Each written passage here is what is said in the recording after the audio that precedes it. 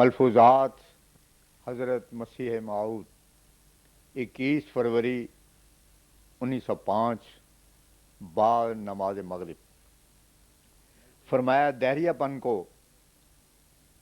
اگر کوئی شے جلا سکتی ہے تو وہ صرف انبیاء کا وجود ہے، ورنہ عقلی دلائل سے وہاں کچھ نہیں بنتا، کیونکہ عقل کی حد سے تو پیشتر ہی گزر کر وہ دہریہ بنتا ہے، پھر عقل کی پیش اس کے آگے کب چل سکتی ہے؟ تو فرمایا آج کل خدا نمائی کی بڑی ضرورت ہے۔ دراصل اگر دیکھا جاوے تو خدا کے ہستی سے انکار ہو رہا ہے۔ بہت لوگوں کو یہ خیال ہے کہ کیا ہم خدا کی ہستی کے قائل نہیں ہیں؟ وہ اپنے ذام میں تو سمجھتے ہیں کہ خدا کو وہ مانتے ہیں، لیکن ذرا غور سے ایک قدم رکھیں تو ان کو معلوم ہو کہ وہ در حقیقت قائل نہیں ہیں، کیونکہ اور اشیاء کے وجود کے قائل ہونے سے جو حرکات اور افعال ان سے صادر ہوتے ہیں وہ خدا کے وجود کے قائل ہونے سے کیوں صادر نہیں ہوتے؟ مثلا جبکہ وہ سم الفار سے واقف ہیں کہ اس کے کھانے سے آدمی مر جاتا ہے تو وہ اس کے نزدیک نہیں جاتا اور نہیں کھاتا، کیونکہ اسے یقین ہے کہ میں اگر کھا لوں گا تو مر جاؤں گا۔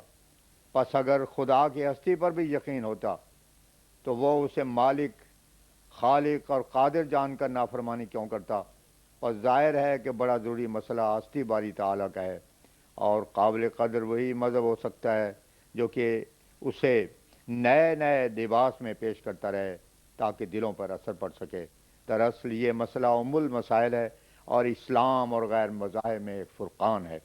عیسائیوں نے بھی فرقان کا دعویٰ کیا ہے کہ انجیل نے ایمانداروں کی فلاں فلاں کی علامت قرار دی ہے، مگر اب وہ کسی میں بھی پائی نہیں جاتی، جس سے معلوم ہوتا ہے کہ ان میں ایمان کا نام و نشان نہیں، مگر اسلام میں فرقان کے سب علامات موجود ہیں۔ فرمایا جو برہین احمدیہ کا ایک حصہ چھپ چکا تھا، اس پر ذکر چلا، اس پہ فرمایا اس میں خدا کی حکمت تھی، ورنہ اگر وہ چاہتا تو اسے ہم لکھتے ہی رہتے، لیکن خدا نے اب اول حصے کو منقطع کر کے بائبل کے عہد عتیق کی طرح علیحدہ کر دیا ہے، کیونکہ جو پیشگوئیاں اس میں درج ہیں وہ اب اس اثنا میں پوری ہو رہی ہیں، اور جو حصہ اس کا تباہ ہوگا وہ عہد جدید ہوگا، جس میں سابقہ حصہ کے حوالے ہوں گے کہ خدا نے یوں فرمایا تھا، وہ اس طرح پورا ہو کر رہا۔ برائین میں ہم نے لکھا ہے کہ حضرت مسیح آسمان سے آئیں گے۔ اس پر لوگوں نے اعتراض کیا کہ تناقض ہے، وہ یہ نہیں دیکھتے کہ اسی برائین میں ہم نے تمام علامات بھی درج کیے ہیں جن میں ہمارا نام مسیح رکھا گیا ہے، اور پھر صرف نام ہی نہیں بلکہ جو کام مسیح نے آ کر کرنا ہے اس کے نسبت بھی علامات میری نسبت ہی درج ہیں۔ بس یہ تناقض تو سچائی کی دلیل ہے، کیونکہ اگر بناوٹ ہوتی تو تناقض نہ جمع کیا جاتا۔ کم بختوں کی نظر انسان کی غلطی پر تو پڑتی ہے اور خدا کے کلام پر جس میں درج ہے نہیں پڑتی۔ فرمایا کل یا پرسوں الہام و انما امروں کا اذا اردت شیئا ان تقول له کن فیکون، 3 مارچ 1905 قبل ظہر۔ حافظ غلام رسول صاحب وزیر آبادی نے مولوی محمد ابراہیم صاحب کو حضرت اقدس مسیح موعود علیہ الصلوۃ والسلام کے حضور پیش کیا۔ مولوی صاحب موصوف نے حضرت مسیح موعود علیہ السلام سے چند استفسار کیے۔ حضور نے اس کے جواب میں جو کچھ فرمایا درج ذیل ہے۔ سائل: اطمینان قلب کیوں کر حاصل ہو سکتا ہے؟ حضرت اقدس: قرآن سے یہی معلوم ہوتا ہے کہ اللہ تعالیٰ کا ذکر ایسی شے ہے جو قلوب کو اطمینان عطا کرتا ہے، جیسے کہ فرمایا الا بذکر اللہ تطمئن القلوب، سورہ رعد آیت 29۔ پر جہاں تک ممکن ہو ذکر الہی کرتا رہے، اسی سے اطمینان حاصل ہوگا۔ ہاں، اس کے واسطے صبر اور محنت درکار ہے۔ اگر گھبرا جاتا اور تھک جاتا ہے تو پھر یہ اطمینان نصیب نہیں ہو سکتا۔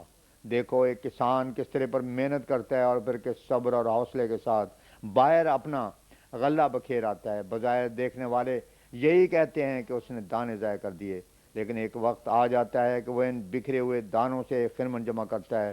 وہ اللہ تعالیٰ پر حسن ظن رکھتا ہے اور صبر کرتا ہے۔ اسی طرح پر مومن جب اللہ تعالیٰ کے ساتھ ایک تعلق پیدا کر کے استقامت اور صبر کا نمونہ دکھاتا ہے تو اللہ تعالیٰ اپنے فضل و کرم سے اس پر مہربانی کرتا ہے اور اسے وہ ذوق شوق اور معرفت عطا کرتا ہے جس کا وہ طالب ہوتا ہے۔ فرمایا یہ بڑی غلطی ہے جو لوگ کوشش اور سعی تو کرتے نہیں اور پھر چاہتے ہیں کہ ہمیں ذوق شوق اور معرفت اور اطمینان قلب حاصل ہو، جبکہ دنیاوی اور سفلی امور کے لیے محنت اور صبر کی ضرورت ہے۔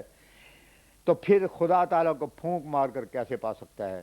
دنیا کے مصائب اور مشکلات سے کبھی گھبرانا نہیں چاہیے، اس راہ میں مشکلات کا آنا ضروری ہے۔ حضرت صلی اللہ علیہ وسلم کے مصائب کا سلسلہ دیکھو کس قدر لمبا تھا۔ 13 سال تک مخالفوں سے دکھ اٹھاتے رہے، مکہ والوں کے دکھ اٹھاتے اٹھاتے طائف گئے اور وہاں سے پتھر کھا کر بھاگے۔ پھر اور کوئی شخص ہے جو ان مصائب کے سلسلے سے الگ ہو کر خدا شناسی کی منزلوں کو طے کرے؟ جو لوگ چاہتے ہیں کہ ہمیں کوئی محنت اور مشقت نہ کرنی پڑے وہ بیہودہ خیال کرتے ہیں۔ اللہ تعالیٰ نے قرآن شریف میں صاف فرمایا والذین جاہدوا فینا لنہدینہم سبلنا، العنکبوت آیت 70۔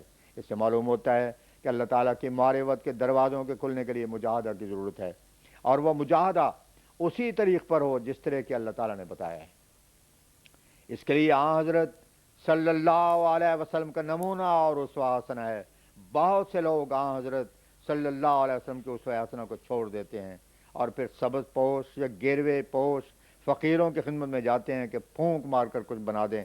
یہ بیہودہ بات ہے۔ ایسے لوگ جو شرعی امور کی پابندیاں نہیں کرتے اور ایسے بیہودہ دعویٰ کرتے ہیں وہ خطرناک گناہ کرتے ہیں اور اللہ تعالیٰ اور اس کے رسول سے بھی اپنے مراتب کو بڑھانا چاہتے ہیں، کیونکہ ہدایت دینا اللہ تعالیٰ کا فعل ہے اور وہ مستحق ہو کر خود ہدایت دینے کے مدعی ہوتے ہیں۔ اصل راہ اور گر خدا شناسی کا دعا ہے اور پھر صبر کے ساتھ دعاؤں میں لگا رہے۔ ایک پنجابی فقرہ ہے جو منگے سو مر رہے، مرے سو منگن جا۔ حقیقت میں جب تک انسان دعاؤں میں اپنے آپ کو اس حالت تک نہیں پہنچا لیتا کہ گویا اس پر موت وارد ہو جائے، اس وقت تک باب رحمت نہیں کھلتا۔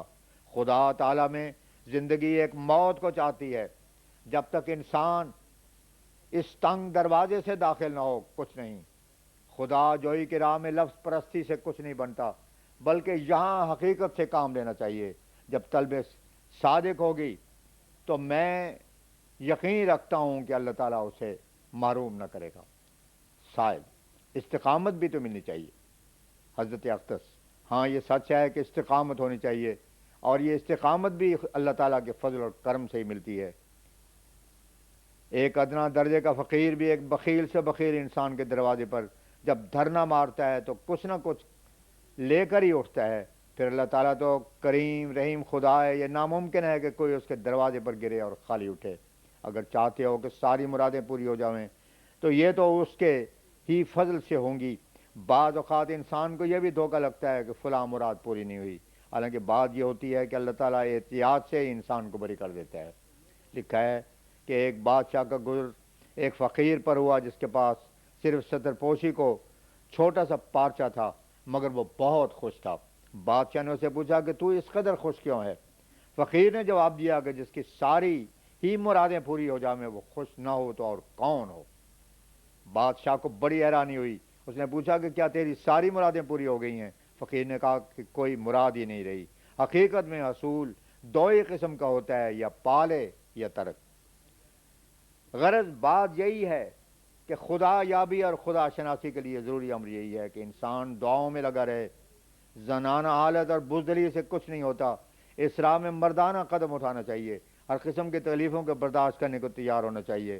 خدا تعالیٰ کو مقدم کرے اور گھبرائے نہیں، خدا تعالیٰ کو مقدم کر لے اور گھبرائے نہیں، پھر امید کی جاتی ہے کہ اللہ تعالیٰ کا فضل دستگیری کرے گا اور اطمینان عطا فرمائے گا۔ ان باتوں کے لیے ضرورت صبر کی ہے کہ انسان تزکیہ نفس کرے، جیسا فرمایا ہے قد افلح من زکاہا، سورہ شمس آیت 10۔ شاید دعا جب تک دل سے نہ اٹھے کیا فائدہ ہوگا؟ حضرت اقدس میں اسی لیے تو کہتا ہوں کہ صبر کرنا چاہیے اور اس سے گھبرانا نہیں چاہیے، خواہ دل چاہے یا نہ چاہے۔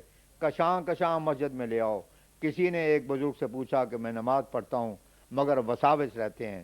اس نے کہا کہ تو نے ایک حصے پر تو قبضہ کر لیا، دوسرا بھی حاصل ہو جائے گا۔ نماز پڑھنا بھی تو ایک فعل ہے، اس پر مداومت کرنے سے دوسرا بھی انشاءاللہ مل جائے گا۔ اصل بات یہ ہے کہ ایک فعل انسان کا ہوتا ہے، اس پر نتیجہ مرتب کرنا ایک دوسرا فعل ہوتا ہے۔ جو اللہ تعالیٰ کا فعل ہے۔ سعی کرنا، مجاہدہ کرنا، یہ تو انسان کا اپنا فعل ہے، اس پر پاک کرنا اور استقامت بخشنا یہ اللہ تعالیٰ کا فعل ہے۔ بھلا جو شخص جلدی کرے گا، کیا اس طریق پر وہ جلد کامیاب ہو جائے گا؟ یہ جلد بازی انسان کو خراب کرتی ہے۔ وہ دیکھتا ہے کہ دنیا کے کاموں میں بھی اتنی جلدی کوئی عمل نتیجہ خیز نہیں ہوتا، آخر اس پر کوئی وقت اور میعاد گزرتی ہے۔ ذمہ دار بیج بو کر ایک عرصے تک صبر کے ساتھ اس کا انتظار کرتا ہے۔ بچہ بھی 9 مہینے کے بعد پیدا ہوتا ہے۔ اگر کوئی شخص یہ چاہے کہ پہلی خلوت کے بعد بچہ پیدا ہو جاوے تو لوگ اسے بیوقوف کہیں گے یا نہیں؟ پھر جب دنیاوی امور میں قانون قدرت کو اس طرح دیکھتے ہو تو یہ کیسی غلطی اور نادانی ہے کہ دینی امور میں انسان بلا محنت و مشقت کے کامیاب ہو جاوے۔ جس قدر اولیاء، ابدال مرسل ہوئے ہیں، انہوں نے کبھی گھبراہٹ اور بزدلی اور بے صبری نہیں دکھائی، بے صبری ظاہر نہیں کی۔ وہ جس طریق پر چلے ہیں اسی راہ کو اختیار کرو اگر کچھ پانا ہے، بغیر اس راہ کے تو کچھ مل نہیں سکتا۔ اور میں یقیناً کہتا ہوں، اپنے تجربے سے کہتا ہوں کہ انبیاء علیہ السلام کو اطمینان جب نصیب ہوا ہے تو ادعونی استجیب لکم پر عمل کرنے سے ہی ہوا ہے۔ مجاہدات عجیب اکثیر ہیں۔ سید عبد القادر رضی اللہ عنہ نے کیسے کیسے مجاہدات کیے۔ ہندوستان میں جو اکابر گزرے ہیں جیسے معین الدین چشتی اور فرید الدین رحم اللہ تعالیٰ، ان کے حالات پڑھو تو معلوم ہو کہ کیسے کیسے مجاہدات ان کو کرنے پڑے ہیں۔ مجاہدہ کے بغیر حقیقت کھلتی نہیں۔ جو لوگ کہتے ہیں کہ فلاں فقیر کے پاس گئے اور اس نے توجہ کی تو قلب جاری ہو گیا، یہ کچھ بات نہیں۔ ایسے ہندو فقراء کے پاس بھی جاری ہوتے ہیں۔ توجہ کو چیز نہیں ہے، یہ ایک ایسا عمل ہے جس کے ساتھ تزکیہ نفس کی کوئی شرط نہیں، نہ اس میں کفر اسلام کا کوئی امتیاز ہے۔